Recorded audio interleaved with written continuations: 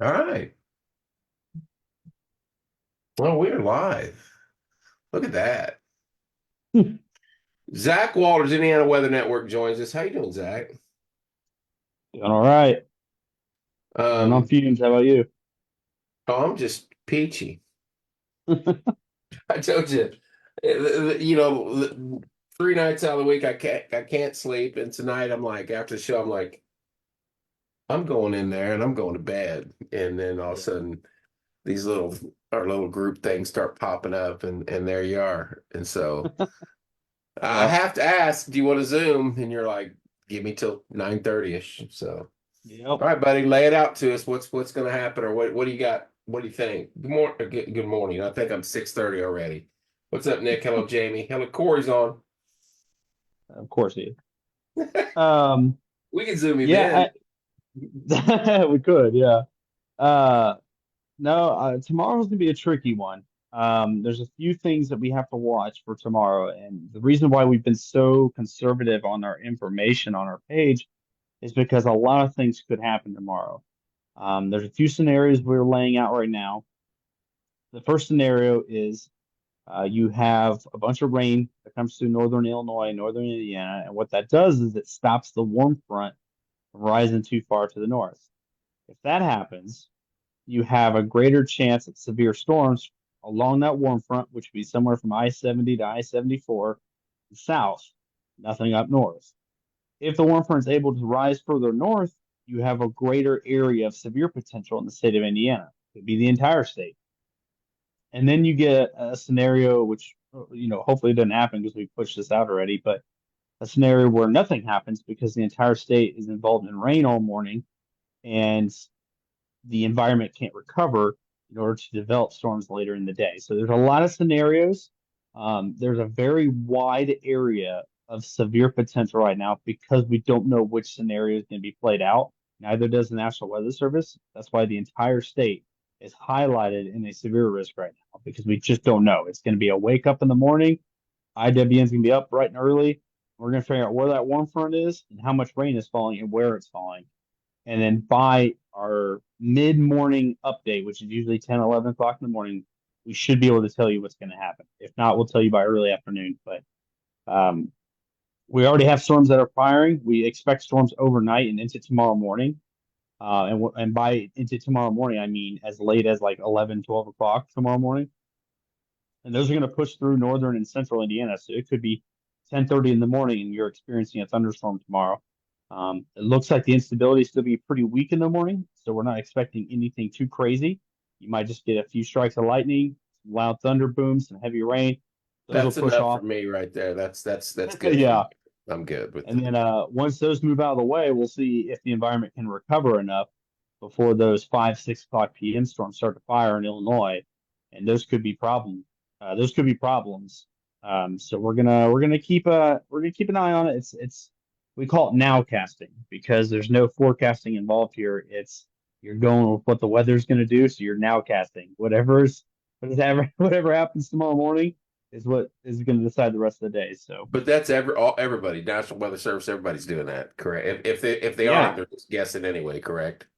yeah, I've had conversations today with some meteorologists out of Indianapolis, some Wish TV meteorologists, and we're all kind of on the same page. We just don't know. We don't know because of all the different scenarios in play. So nobody knows just yet. So you're not going to see information that is highlighting the area. You're not going to see guarantee hazards. You're not going to see timing narrowed down yet because there's so many different things that can happen. Tomorrow morning, I'll wake up and I should be able to give you a better idea. You're in IWN chat, so that's where updates will happen for people like you and first responders and stuff like that. But it's going to be a wake up in the morning and go from there. Once you push that information to us, we'll share it to the group. What about that storm just west of Terre Haute that caught your eye right before we went on? I noticed that and I Yeah, I was like, haven't. holy cow. Yeah, it's north of the warm front, so it's what we call an elevated storm. So it's probably producing some pretty big hail, probably half a dollar size hail right now. I believe there was a reported golf ball size. That was expected, just a random storm that pops up somewhere in that region. It may survive till it gets to Illinois, but hail and wind are the primary threats. It'll eventually dissolve, and then you'll get a more widespread system that pushes through overnight and into tomorrow morning, which could produce some hail and wind. But we're not expecting a widespread severe threat tomorrow morning. The greater threat comes tomorrow evening. Now, I think I was trying to bounce around. Arkansas was getting hit by tornadoes tonight, correct? Kansas was. Kansas. I'm sorry, Kansas. Yeah, Kansas had a pretty big tornado on the ground about an hour ago. That's Are the you same system that's coming our way, so we just need to watch how that system progresses as it pushes into Missouri and southern Iowa and into Illinois and see what it see does. with so many variables like this, you don't even know where to send your spotters, really, do you? No, we don't. We pushed out information this morning, and I just did a kind of a roll call. I didn't tell them where to go. They don't know where to go right now because we don't know what scenario is going to play out. I But it was seen just a Tiffany on general, here. hey, Tiffany had said hi to us, and I was like, she probably don't know what direction she's going though. So she's actually right in the path of that storm that's approaching Terre Haute right now. So we're going to watch that carefully. And if she needs to go out, she'll be out. But um, I don't think it'll be that serious. But no, we just did a general roll call this morning to see who could be out tomorrow if things get a little crazy and got our tally. And now we're just waiting to see where it's going to be. well, so tomorrow morning, to kind of recap, maybe some regular thunderstorms in the morning up to 11, 12 o'clock. And then tomorrow evening when things start cooking off, could be just depending on what it does and where at. Correct. Yeah, it's wake up in the morning, figure it out. It could be these storms that come through in the morning could come in a little bit later. It could be 2 o'clock when they're rolling through, or it could be early. It could be 9 o'clock.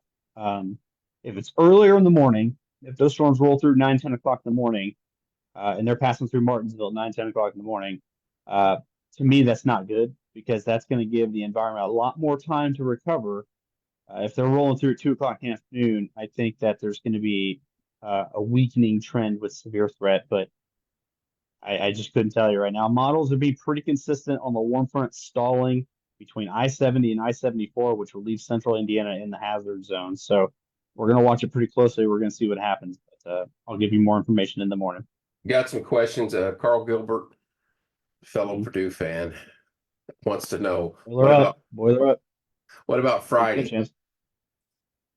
Friday, no, Friday storms will push out of the area. Okay. We're expecting these storms to come through Thursday night and maybe a little bit into the overnight hours, but by Friday, they're out of the way. And then it'll stay somewhat mild for a couple of days, and then cold front will come through Saturday night, and it'll be probably a chilly Sunday and Monday.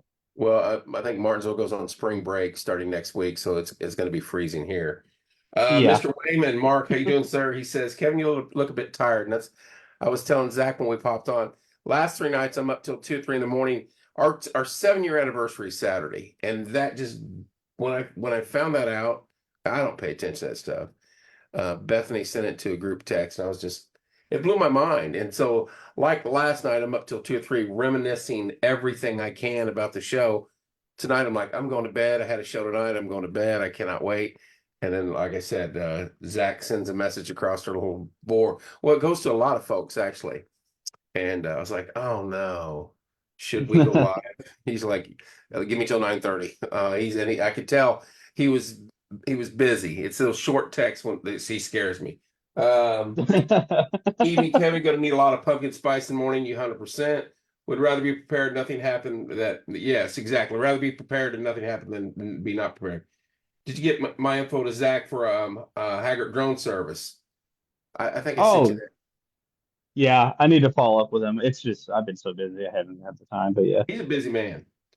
It's all that golf he's been playing. He said, "Better get to bed Yeah, early." right, right, right. Hey, since you're on here, you'll be in the weekend of the 8th, 6th, 7th, and 8th. You're going to hit a Yes. couple areas before you settle down over this way for the Tiffany says, "Don't be scared of spicy Zach."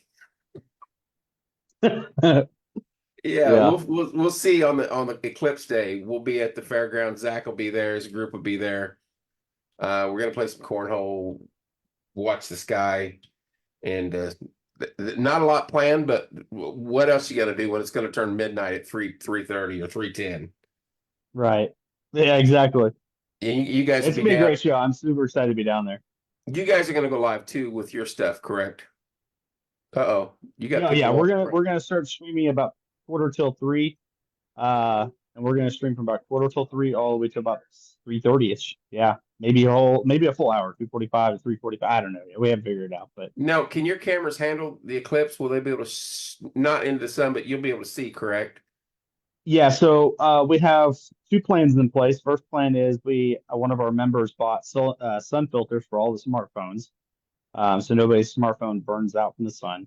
Second option is we have people who are bringing professional cameras, so we're going to hook it up to the computer and we're going to live stream through the professional camera. And so we have several options to go through.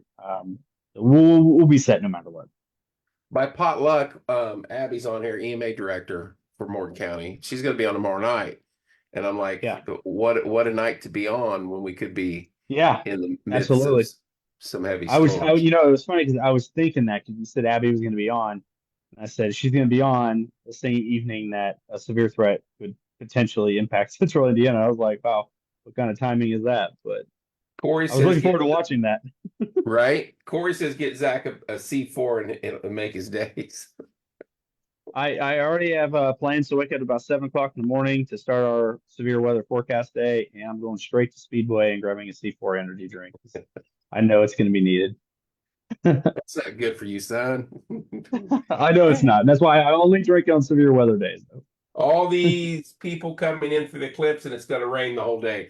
Carl's saying that. So Let's hope it not. could. Gosh, let's hope not. It But absolutely you've could. already got contingency plans that if that happens, you're I driving to absolutely Texas do. or something. I'll see you in Illinois. Yeah, absolutely. Illinois, Ohio, wherever I need to go, I'll be where there's no clouds. Absolutely. All right, we'll be waiting on your morning wake up message or good morning Kevin message, whatever that may be. Mm-hmm. And once you get that out in the group, then I'll send it to the page, and hopefully it's a big nothing burger and we get a little bit of rain. And Mark Wayman, Zach, have you researched April 8th over the past several years to see how many of those have had clouds or rain? Yes. Yes, I have. Speaking on like historical days, it is. I think it's. I could be wrong, but I'm pretty sure 62% of the time it's cloudy. I think that was the number. I could be wrong, but it was in the 60s. So 62% of the time, I think dating back to like 1970. I don't hold me to that, but I think it was 1970. 62% of the time, April 8th is That's cloudy for more than a certain amount of time a day. I that's not can't. what we I pulled the numbers like it's not a good number. I pulled this a couple months ago, but no, it's not a good number. But we're hoping that we defy the odds this year. He Yeah. could have just said 80% of the time it's sunshine and blue sky. We'd have been like, oh, okay. Oh, okay. No.